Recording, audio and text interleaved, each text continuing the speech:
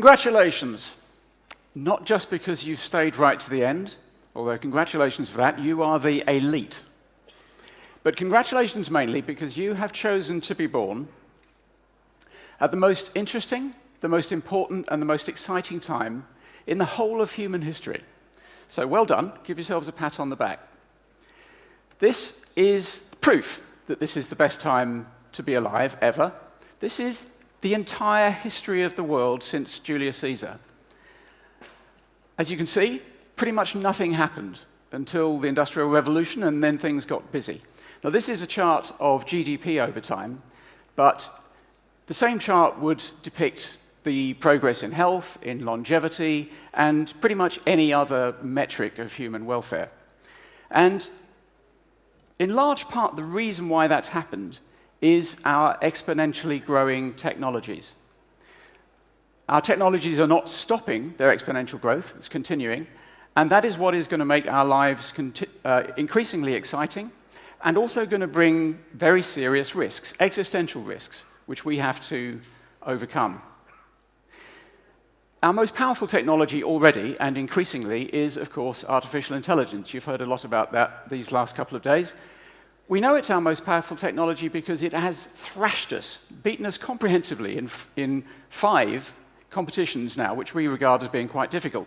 The first one was in 1997, when probably the best ever human player of chess, Garry Kasparov, lost to an IBM machine called Deep Blue. Kasparov was very grumpy about that. He accused IBM of cheating, and he was probably right, but he's cheered up a lot since then.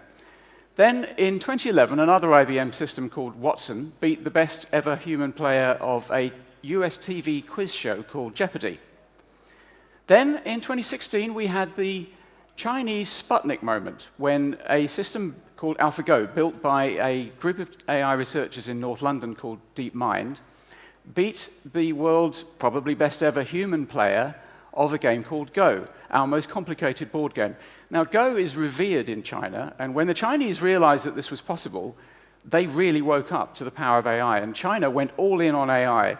And so instead of being a largely American pursuit, AI is now a duopoly between America and China. The following year, a machine developed in Carnegie Mellon University beat some of the best human players of a game called poker. And that's counterintuitive, because in poker, humans cheat and they lie, so the machine had to do some cheating and some lying. But it was last year when we really had to admit that we were beaten. A machine developed in Singapore managed to assemble an IKEA chair in less than 30 minutes without any help. So at that point, you know it's pretty much game over for the humans. The last 3 competitions were different from the previous ones because they happened after the Big Bang in AI. I mentioned this yesterday, if anybody was in the room yesterday. In 2012, a computer scientist called Jeff Hinton worked out how to apply a branch of statistics called machine learning to AI, and in particular, a subset of machine learning called deep learning, which broadly speaking is neural nets rebranded. Before 2012, AI had done some interesting things, but it hadn't really made any money. Since 2012, it makes a lot of money. Google and Facebook have stolen the advertising industry. We now have machines, and this is a bit of an oversimplification, we now have machines which operate somewhat like the human brain. They are creative, and they learn. DeepMind did not program AlphaGo to win at Go. It programmed AlphaGo how to learn to win at Go. We now have machines which can recognize faces better than you can, which is surprising because facial recognition is a human superpower. They are overtaking us in speech recognition. They can already recognize speech better if there's no ambient noise, and that limitation will be removed in the next few years. And they're catching up fast on natural language processing. That's when you take in some information in natural language, you process it, doing something useful with it, and give it back in natural language. And the thing that's made all this possible is the exponential growth in the power of our computers. Now, you probably all know that the smartphone in your pocket has more compute power than NASA had when they sent Neil Armstrong to the moon. All of those banks of computers in Houston, less powerful than the smartphone in your pocket. And that is true, but it's badly out of date. A good toaster now has more compute power than NASA had when they sent Neil Armstrong to the moon, which makes you think how incredibly brave Neil Armstrong and the others were, going into space, relying on the intelligence of a toaster. The other thing you need, of course, for modern AI is lots and lots of data, and we are creating it by the tsunami. So let's have a look at a couple of things that are going to happen in the fairly short term, actually, thanks to this very powerful and increasingly powerful technology. Firstly, digital assistants. At the moment, Siri is a bit silly. It can probably give you a straightforward answer to a straightforward question. If you ask a follow-up question, it's likely to get very lost. Now, that's going to change, and in the next few years, Siri is going to go from being silly to being sexy, and that's Siri being sexy. The other thing that's going to happen in the short term, which is going to be really remarkable, is self-driving cars. Now, we don't know when these are going to be ready for prime time. Google has a self-driving taxi service in Phoenix, and you pay to be part of the program, but there's always a safety driver in the car at the moment. They haven't yet got it to the point where that can be removed, but that will probably happen in the next 2 or 3 years. And we should want that to hurry up. We should be excited about this, because human drivers kill 1.2 million people every year around the world. We're sending humans to do a machine's job, and we're just not very good at it. We maim another 50 million people, and road accidents is the #1 cause of death for people between 15 and 29 around the world. So this is something we should want to hurry up. The process by which computers get twice as powerful every 18 months or so, the exponential growth in compute power, is known as Moore's law. And people will tell you that Moore's law is dead or dying. I won't bore you with the details, but that's not true. There is plenty more Moore. Yesterday, I told you about the analogy for exponential growth about going to the moon and back. I won't bore you by going through that again. Let's do a different one. Imagine you're in Ataturk Olympic Stadium, and it's been made waterproof, and a mischievous exponential genie drops a drop of water in the middle of the pitch. And a minute later, she drops 2 drops of water, and a minute after that, 4 drops, and in a minute after that, 8 drops. Would this enormous audience here care to guess how many minutes it would take to fill that stadium? Anybody fancy a guess? No? All right, I'll tell you. 49 minutes. It would take 49 minutes for the stadium to be full. But what's really scary is that after 45 minutes, it's only 7% full. So the people at the back are looking down and thinking, it's getting a bit damp down there, maybe it's time to go, and 4 minutes later they've drowned. That is the power of exponential growth, and that is the exponential growth curve we're on. And sometimes people talk about being at the knee of an exponential growth curve. That's a misunderstanding. You are always at the knee. You are always at the beginning. We are right at the beginning of our AI journey, and we pretty much always will be.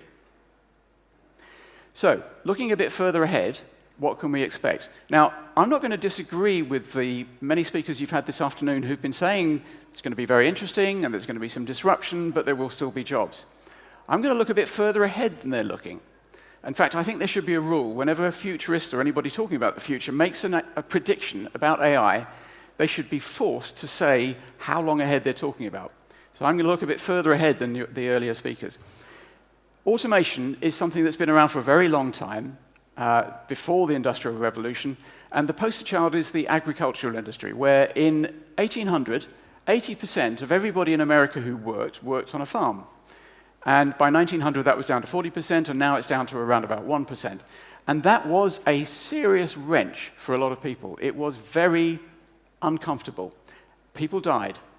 But in the long run, it didn't lead to lasting, widespread human unemployment because we had something else to offer. The machines took our muscle power. It was mechanization. But when the machines took our muscle jobs, we had something else to offer, which was our cognitive ability. So the grandchildren of all those people working on farms are now in this room and in shops and offices and factories around the world. But it didn't work out so well for the horse. The horse had terrific muscle power and nothing else. So when the machines took the horse's muscle power jobs, it was bye-bye horse. Turns out 1915 was peak horse. There were 21.5 million horses working in America, pulling vehicles, working on farms, and now there are 2 million horses in America. That is very serious technological unemployment. And now we have a new wave, a different type of automation coming. It's only just started, and it's cognitive automation. I say it's only just started. We have had some examples in the past. When I started work, there were secretaries in just about every office. In this chart, the states marked blue are ones where in 1978, secretary was the most common job description. Now, in the green states on this chart, the most common job description is truck driver. Now, what happens to those jobs when these things are ready for prime time? Previously, truck drivers laid off might have gone and worked in a warehouse, or possibly in a call center. But automation's coming there as well. And it's a mistake to think it's only blue-collar jobs. It's a mistake to think it's only boring, low-paid jobs. There are machines today which can carry out surgery better than human doctors. They're a bit clunky, they're expensive, but those limitations will be removed. And lawyers, particularly junior lawyers, are finding quite a lot of the things they do are being automated. The thing is, machines have unfair advantages. They don't get drunk, they don't get tired, they don't fall out with each other, they don't go to sleep, they don't need a pay rise. But more important than all of that, they're getting twice as powerful every 18 months, and we're not. Now, in the short term, I agree with the preceding speakers. I don't think this will lead to lasting, widespread human technological unemployment. It will lead to a lot more job churn. And I think that's very good news for everybody in this room, because in the excellent talk that Ian Bailey gave yesterday, of the 4 major roles in HR that he set out, one of them was learning and development. We are going to need to get much better at retraining and reskilling our people. And the people in this room, you all have a big role to play in that. But I think looking ahead, and I'm talking about 30 years, maybe 20, maybe 40, estimate 30, I think we need to take seriously the possibility that there will be lasting, widespread technological unemployment, by which I mean maybe half the population will never work again, or rather, will never do a job again. It's important to distinguish between jobs and work. Now, most economists, and pretty much everybody running any of the tech giants, for obvious reasons, says this is the Luddite fallacy. It's rubbish. Automation in the past has created more wealth, which has created more jobs, and hasn't created lasting, widespread technological unemployment. The thing is, we know that past performance is no guarantee of future outcome. If it was, we wouldn't be able to fly. And I think that to refuse to take seriously the idea that technological unemployment is coming in a generation or so is dangerously complacent.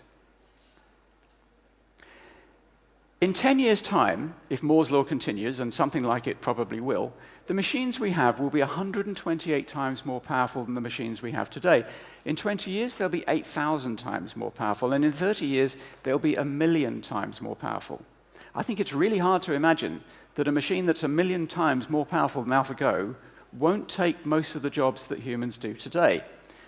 So the interesting question is, will we, if that happens, create lots of nice new jobs which for various reasons the humans cannot do? Well, we might do. There's a lot of smart people who think we will. A lot of people think we'll do caring jobs because machines aren't conscious, therefore they have no empathy, and therefore they can't do caring jobs. But it turns out that's not true. Most humans doing a caring job are actually producing an appearance of caring, and machines can certainly do that.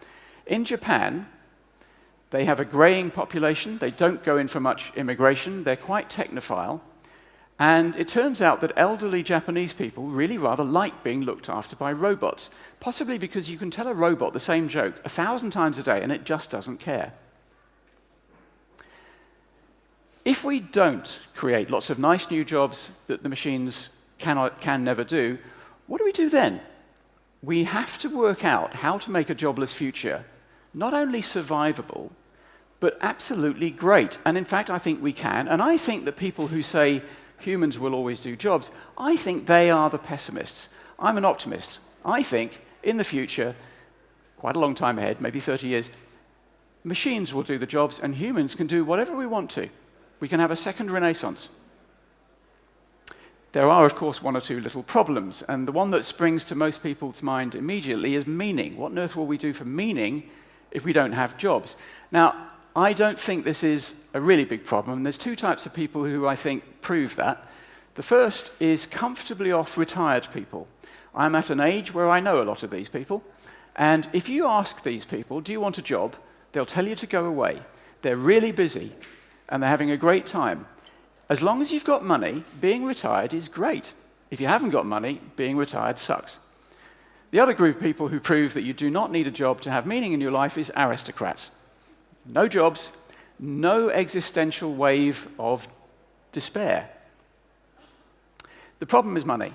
The problem is, if we have half the population or more unemployable, how do we give them enough money to have a really good life? And at this point, anybody who's slightly left-wing jumps up and down and starts shouting universal basic income, because universal basic income is a great excuse to tax rich people, and taxing rich people is the left's favorite blood sport. But there's some really serious problems with universal basic income. Universal is a bad idea, but the real problem is the little word in the middle, basic. We have to do a lot better than making everybody survive while poor. We have to make everybody rich. Now, how on earth can we do that? At this point, I warn you, at least half of you are going to think I'm completely crazy. I think we can do it if we can develop the economy of abundance, by which I mean we drive the cost of all the goods and services that you need for a really good standard of living down close to zero. Now, you might think that's impossible, but think about the music industry. When I was young, it was impossible even for a rich person to be able to listen to any music that they might want to. Now, my son, who's 18, can do exactly that. He regales me with the new music he's found every day when he should be revising for his A-levels. And he can listen to whatever music he likes. The only thing that's left is for me to figure out how to get him to pay for that rather than me to pay for it, but it only costs £10 a month. So I think the economy of abundance is possible, and I think the big problem we have is the possibility of a panic if people realize that technological unemployment is coming and they don't believe in abundance. So a couple of years ago, an AI researcher called Stuart Russell, one of the top in the world, said we should lock a group of science fiction authors and economists into a room and not let them out until they've come up with a plan. And I thought that was brilliant. I thought that was a really good idea. I took him to mean we should set up a series of think tanks around the world to study this problem. So I set one up, and to my great delight, I got him to join it. And our most recent new member is a man called Carl Frey. Now, you've heard about Carl Frey several times in this conference so far. Together with Michael Osborne, he wrote the famous Oxford paper back in 2013, which said that perhaps 47% of all jobs will be taken by machines in 20 years or so. He's a very smart chap, and the paper's better than it's been described as. So our job as the Economic Singularity Club is to recruit people. We're trying to recruit everybody, governments, policymakers, but you as well, to the group of people who think that this is serious and we should think about it seriously. We don't need to solve the problem in the next 5 years, but we need to start thinking about it. Because if we survive the challenge of the economic singularity and the other challenges raised by AI, the world we can have will be really wonderful. If we don't rise to those challenges, it won't be so good. So let's rise to those challenges and let's have wonderful. Thank you very much.